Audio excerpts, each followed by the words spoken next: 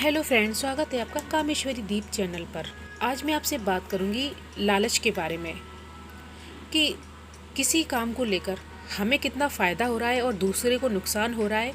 तो इस चीज़ को लेकर बात करूंगी। अगर ध्यान से देखा जाए तो कब हमारी वजह से बाकी लोगों को नुकसान हो जाता है, पर ये जानते हुए भी कि हम अपने फ़ायदे के लिए काम कर रहे हैं और हमें इस बिहेवियर को हमेशा बदलना होगा, क्योंकि बाकी लोग क्या करते हैं और उसकी परवाह किए बगैर हमें खुद से ये फैसला करना होगा कि हम अपने फ़ायदे के लिए ऐसा कोई काम ना करें जिससे कि औरों को तकलीफ़ पहुंचाती हो। सुनते हैं कहानी। एक बार की बात है कि एक बढ़ई था और वह दूर किसी शहर में एक सेठ के यहाँ काम करने गया और एक दिन काम करते करते उसकी आरी टूट जाती है। इसे आरी टूटने की वजह से वह काम करना मुश्किल हो जाता है उसका, और वह अपने गांव में वापस लौटना भी मुश्किल हो गया, क्योंकि वह शहर के एक सटे गांव में इसे आरी बनवाने के लिए वह एक शहर में पहुंचता है। इसलिए वह शहर में सटे हुए गांव पहुंचा। इधर उधर पूछने पर एक लोहार का पता चलता है।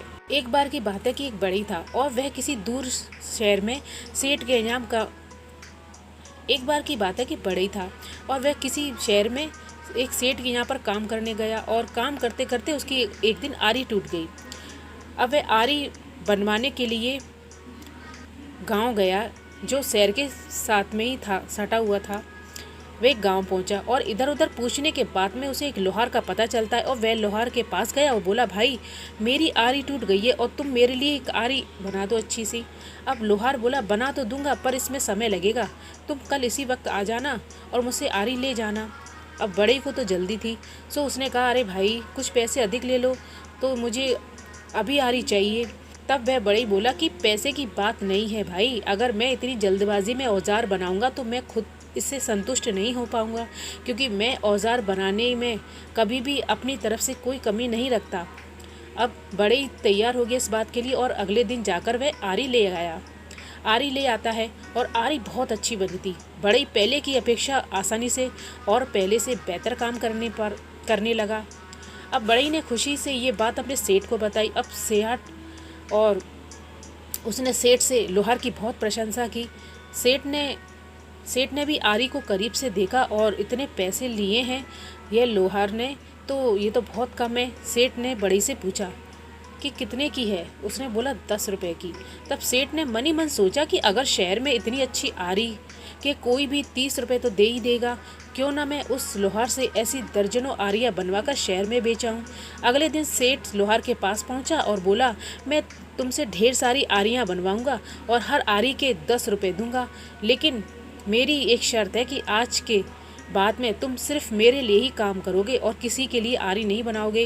कि लोहार ने कहा कि मुझे आपकी ये शर्त मंजूर नहीं है। तब सेठ ने सोचा कि लोहार को और अधिक पैसे चाहिए होगा, तो इसलिए ये बोल रहा है। तब उसने कहा, ठीक है भाई, मैं तुम्हें आरी के 15 रुपए दूंगा, अब तो तुम मेरी शर्त मान लो। तब लोहार ने कहा, नहीं, मैं अभी भी आपकी शर्त नहीं मान सकता और मैं अपनी मेहनत का मूल्य खुद निर्धारित करूंगा। मैं आपके लिए काम नहीं कर सकता, मैं इस दाम से संतुष्ट हूँ और इससे ज़्यादा दाम मुझे नहीं चाहिए। तब सेठ ने कहा, बड़े अजीब आदमी हो, भला कोई आती हुई लक्ष्मी को मना करता है। व्यापारी ने आश्चर्य से बोला। अब लोहार बोला, आप मुझसे आरी लेंगे, फिर उसे दुगने दाम पर गरीब खरीदारों को बेचेंगे, लेकिन मैं किसी गरीब के शोषण का माध्यम नहीं बन सकता। अगर मैं लालच करूंगा तो इसका भुगतान कई लोगों को करना पड़ेगा, इसलिए आपका ये प्रस्ताव मैं स्वीकार नहीं कर सकता। सेठ समझ गया कि एक सच्चे और ईमानदार व्यक्ति को दुनिया की कोई भी दौलत नहीं खरीद सकती और अपने सिद्धांतों पर अडिग रहता है वह इंसान। अपने हित से ऊपर उठकर और लोगों के बारे में सोचना एक महान गुण है, और लोहार चाहता तो आसानी से अच्छे पैसे कमा भी सकता था, और वह जानता था कि उसका जरा सा लालच बहुत से ज़रूरतमंद लोगों के लिए नुकसानदायक साबित होता है। और सेठ के उसी लालच में वह नहीं पड़ना चाहता था। वह नहीं पड़ा। ईमानदार बने रहिए और एक सच्चे इंसान बनिए। आपको भले ही फ़ायदा हो रहा हो, आज भी अपने फ़ायदे के लिए दूसरों का इस्तेमाल नहीं करें। अगर ध्यान से देखा जाए तो लोहार की तरह हम में से अधिकतर लोग जानते हैं कि कब हमारी वजह से बाकी लोगों को नुकसान होता है, पर ये जानते हुए भी हम अपने फ़ायदे के लिए काम करते हैं।